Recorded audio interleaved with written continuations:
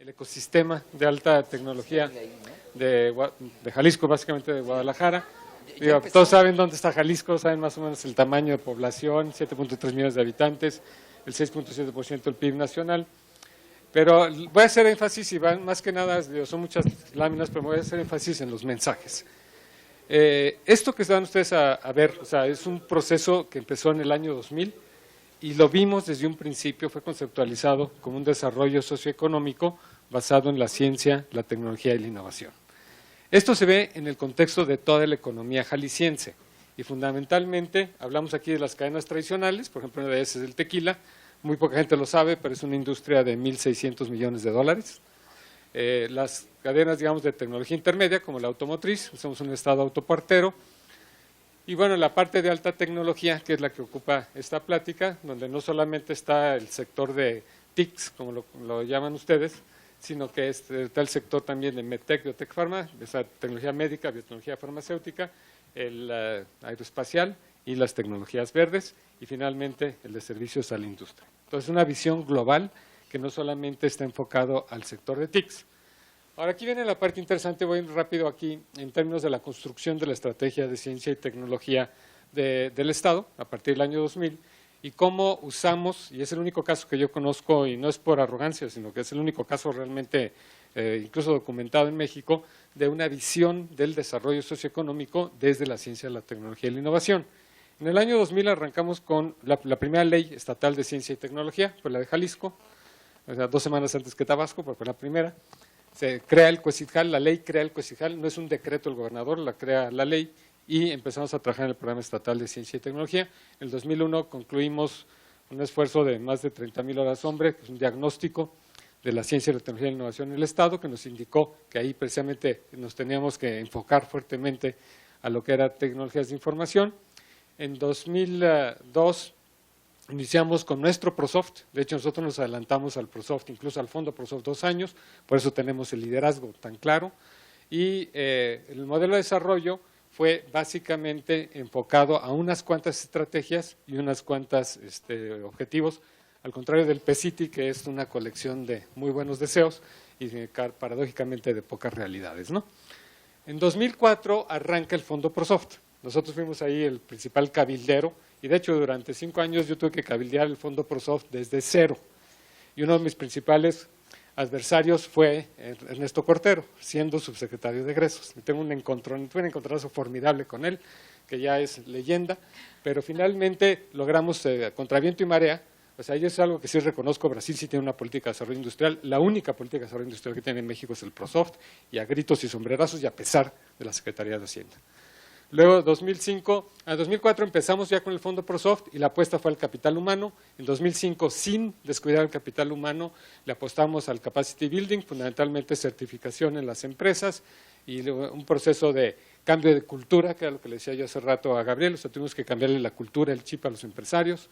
2006, sin descuidar los 2 anteriores, nos empezamos a meter en infraestructura, agarramos una comercial mexicana abandonada y la convertimos en el centro de software, que hoy es el ejemplo a nivel latinoamericano, ¿no?, de un pequeño parque, ¿no?, de tecnología. O sea, me choca a mí el nombre, pero yo soy antiparques, ¿no? Entonces muy a regañadientes me metí aquí en infraestructura. En 2007 empezamos con proyectos productivos, empezamos a subsidiar proyectos de industria. Ahí fue mi encontronazo con Ernesto Cordero, me quedó claro que la Secretaría de Hacienda no quería los subsidios. Y entonces, para 2008, para evitar ya más problemas con Hacienda, entonces se creó la figura de usuario y entonces le trasladamos el subsidio a los clientes de la industria y santo remedio. Hasta nos acabó aplaudiendo el Banco Mundial. Entonces, de 2008 a 2012 nos fuimos por el lado del programa de usuarios, por Jalisco es por mucho el líder en esto, lo vamos a ver un poco más adelante, y reiteramos, o sea, iniciamos otra vez con la parte de recursos humanos, porque esta es una industria basada en recursos humanos. Números muy gruesos, a lo largo de los años, estamos hablando del 2004 al 2012, más de 730 millones de dólares de inversión extranjera directa en el sector.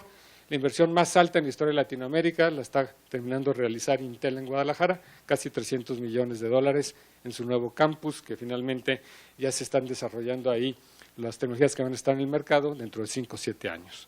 ya más de 1.200 personas, por mucho es el caso más exitoso y el mayor centro de investigación y desarrollo de las Américas después de Santa Clara, California.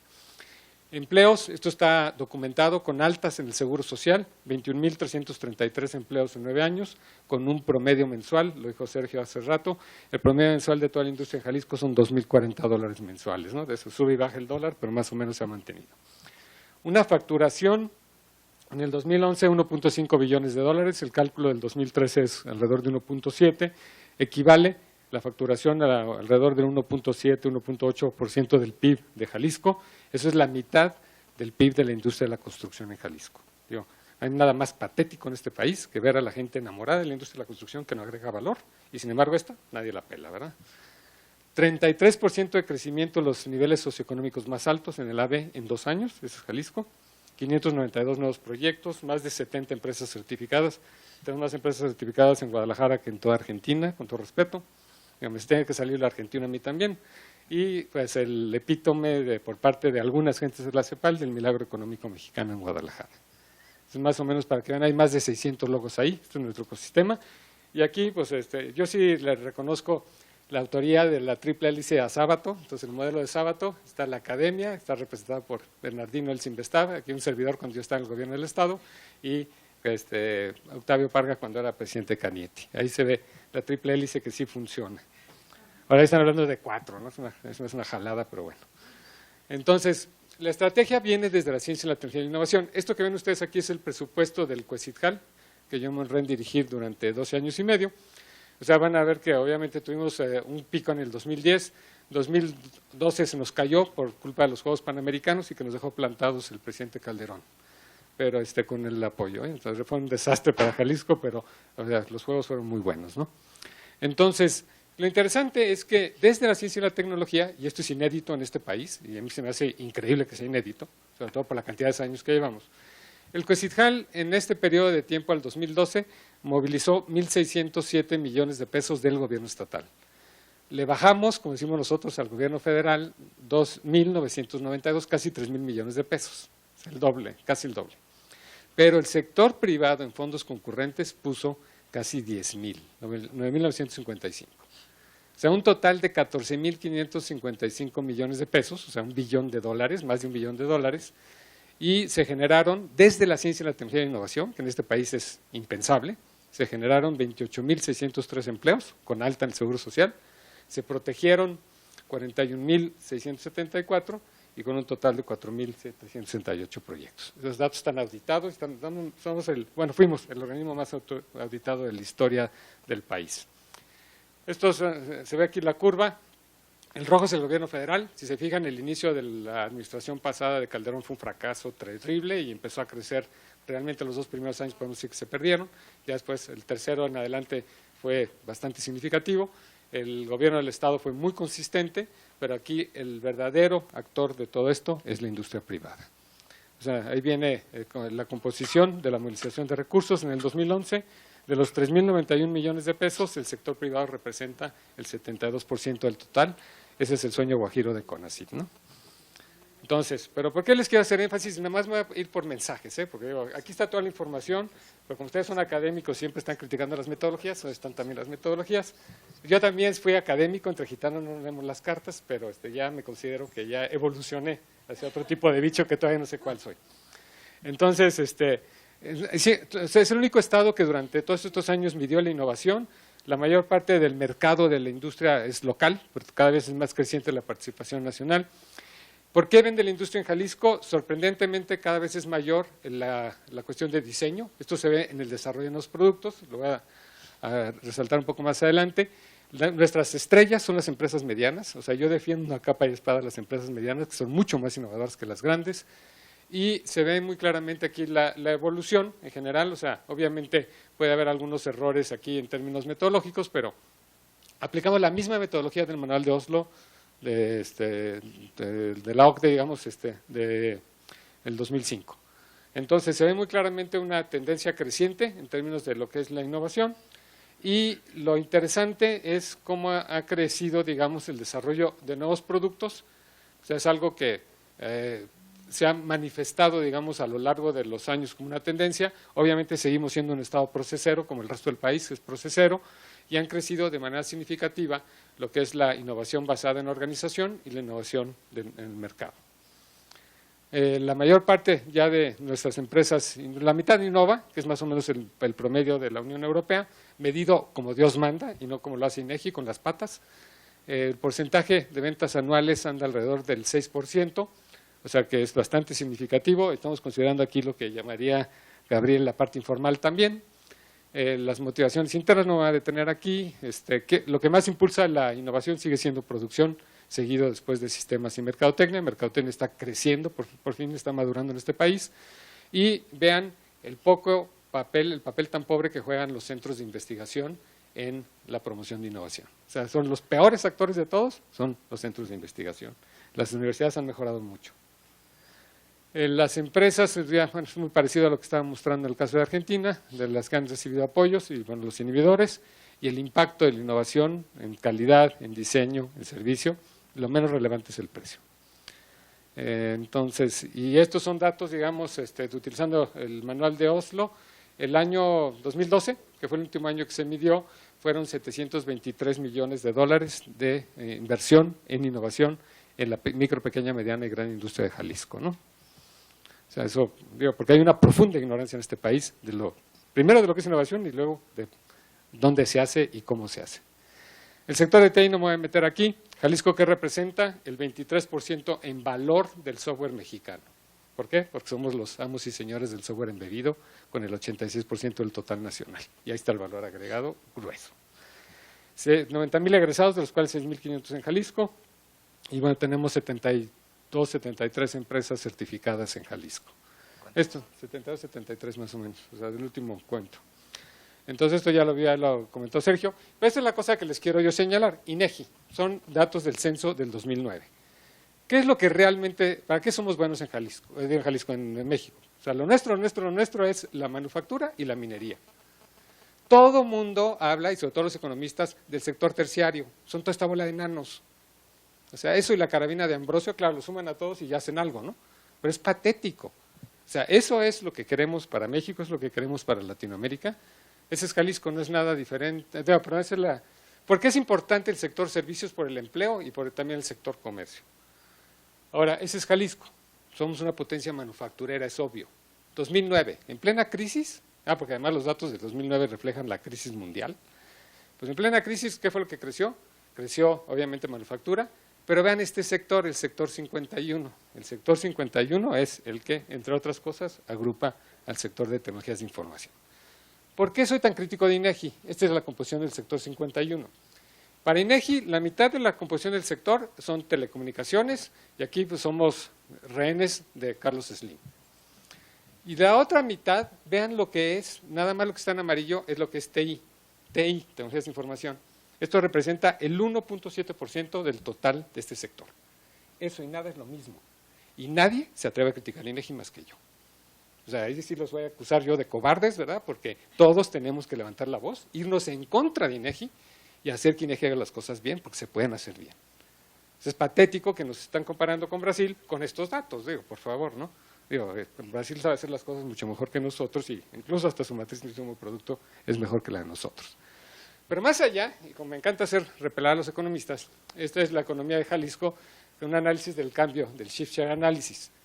Vean lo que está pasando en Jalisco con una ciudad que se siente, sobre todo Guadalajara, como comercial, con el sector comercio, ¿no? Esto en física se llama caída libre, ¿no?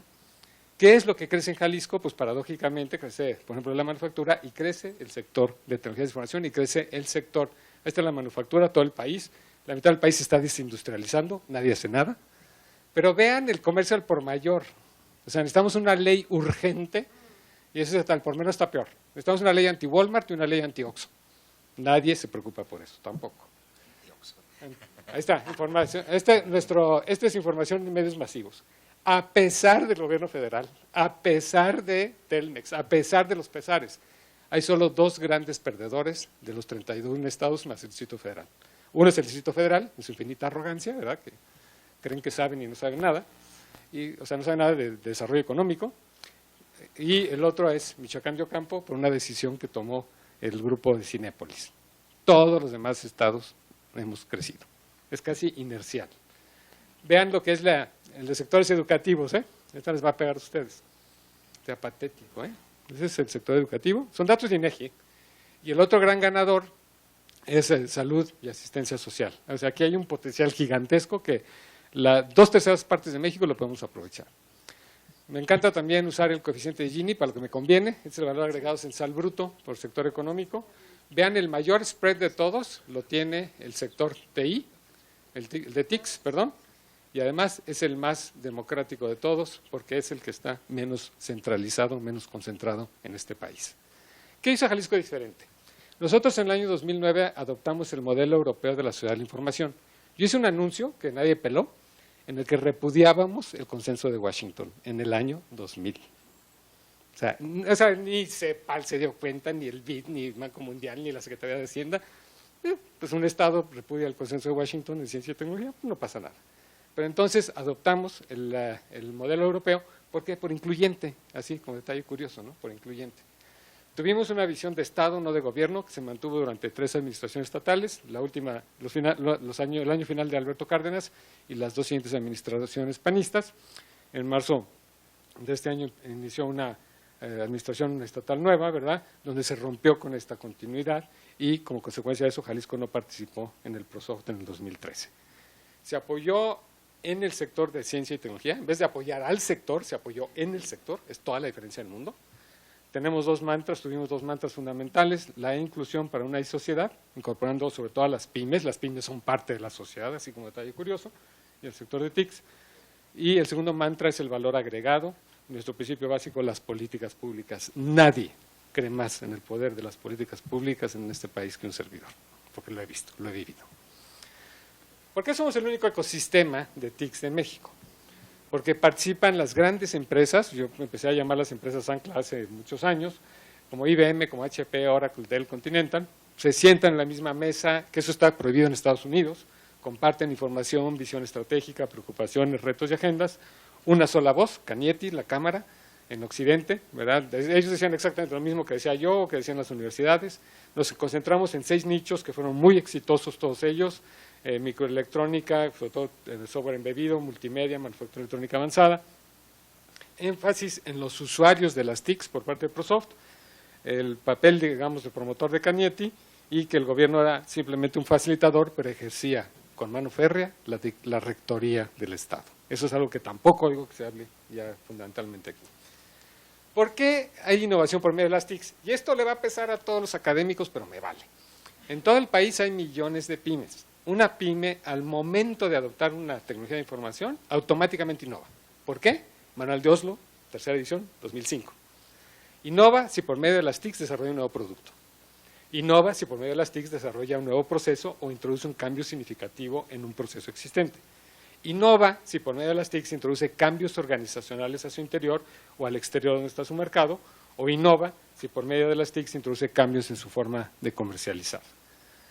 El PROSOFT en total al 2012 movilizó 14.500 millones de pesos. O sea, fueron 4.450 de PROSOFT, de Secretaría de Economía, y 1.975 de los estados. Jalisco representó el 40% del total de los estados. Esos datos son datos auditados por Banco Mundial.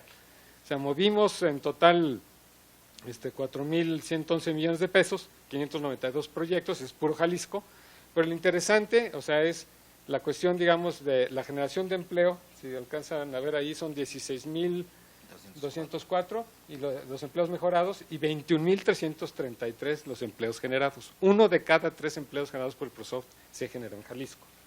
Y el PROSOFT representa el 76% de la creación de empleo en Jalisco por parte de la ciencia, la tecnología y la innovación. O sea, ahí es nada más eso es la razón de ser del éxito del PROSOFT. O sea, ha sido exitosísimo en términos de generación de empleo. ¿Por qué los proyectos de usuario?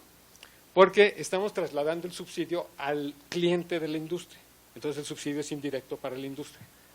La mitad de los proyectos de usuario son de Jalisco, pero el valor agregado, o sea, se generó en todo el país una facturación adicional de 48.4 millones de dólares, este estudio lo hizo Banco Mundial, y de esto, el 70% correspondió a Jalisco. Ahí está el valor agregado y fundamentalmente es desarrollo de nuevos productos. Aquí se ve muy claramente como lo que sube es el desarrollo de nuevos productos, ¿no? Que es la curva esa morada. Entonces, ¿por qué se genera tanta riqueza en esta industria? Los sueldos, por ejemplo, en microelectrónica, varían de $3,200 a $8,500 mensuales. ¿Quién gana $8,500 mensuales? Los doctores que trabajan en Intel y en algunas de las otras multinacionales. Desarrollo de software de $1,540 a $2,140 mensuales. BPO, ITO, Jordi ahí como que le estaba tirando al BPO, ¿no? O sea, claro que no es glamoroso, pero el BPO representa de $1,300 a $1,800 mensuales. ¿Por qué es tan bonito este sector? Porque es una meritocracia. No importa el pedigrí, no importa el apellido, no importa el tipo de universidad en que realizaron los estudios. Nosotros tenemos muchachos de la Alta Mixteca, de los Tuxtlas en Veracruz, de la zona maya de Yucatán. No tenemos ningún problema con eso, ¿no? Datos corroborados por nosotros que manejan la OCDE y la CEPAL, 2.7 empleos indirectos por cada empleo directo. Es la industria que más favorece el reparto de riqueza, ya vieron el coeficiente de Gini. Simplemente los 21.333 empleos creados por ProSoft en 9 años representaron una nómina directa de entre 500 y 600 millones de dólares anuales, más el impacto de indirectos es $1 billón adicionales a la economía jalisciense, y por eso la AMDA Jalisco vende más automóviles que la AMDA DF. Y aquí, ya con esto termino. Estos son los niveles socioeconómicos, son otra vez datos de INEGI y de encuesta Mitofsky. 2008-2010, o sea, 2008 es uno, 2010 la otra. El sector AB, que es el más alto, creció en Jalisco 33.3%, en 2 años, O sea, generamos clase media alta a lo bestia. O sea, somos el segundo después del Distrito Federal, que es prácticamente inalcanzable, pero nos llevamos de corbata a todos los demás estados, incluyendo los del norte, que son mucho más caros. El siguiente nivel, el C+, creció 22% en 2 años. O sea, estamos después, o sea, obviamente está el Distrito Federal y después Baja California y sigue Jalisco, pero vean el crecimiento. Y creció el nivel C 7.4% en 2 años, ahí estamos casi al parejo de la mayor parte de los estados, sobre todo industrializados. Conclusiones. Esta visión tiene que ser una visión regional, subnacional, como nos dicen elegantemente el Banco Mundial, el BID y los organismos multilaterales. O sea, subnacional me siento subdesarrollado, pero bueno. Hay que determinar el vocacionamiento real de cada estado. No todos los estados sirven para TICs, sorry. No todos sirven. Se requiere del capital humano y no todos los estados tienen capital humano en cantidad y calidad. Federalizar, no descentralizar la toma de decisiones. ¿Por qué funciona ProSoft? Porque las decisiones se toman en los estados, no se toman aquí ni remotamente. Es más, economía no se atreve ni a tomarlas. Mandan los estados y es los estados con la industria de los estados. Gobierno federal, más vale pedir perdón que permiso. Eso nos funcionó estupendamente. Concentración, pocos sectores muy selectivos. Jalisco, un estado activista y dirigista, se ejerció la rectoría del estado. Primero la gente, después las pymes, después las multinacionales. Las pymes son parte del mercado interno, se atienden nichos de mercado, la estrategia clave es la innovación, las TICs son el vehículo clave para la innovación y es fundamental presumir los resultados. Esta es mi visión. Muchas gracias.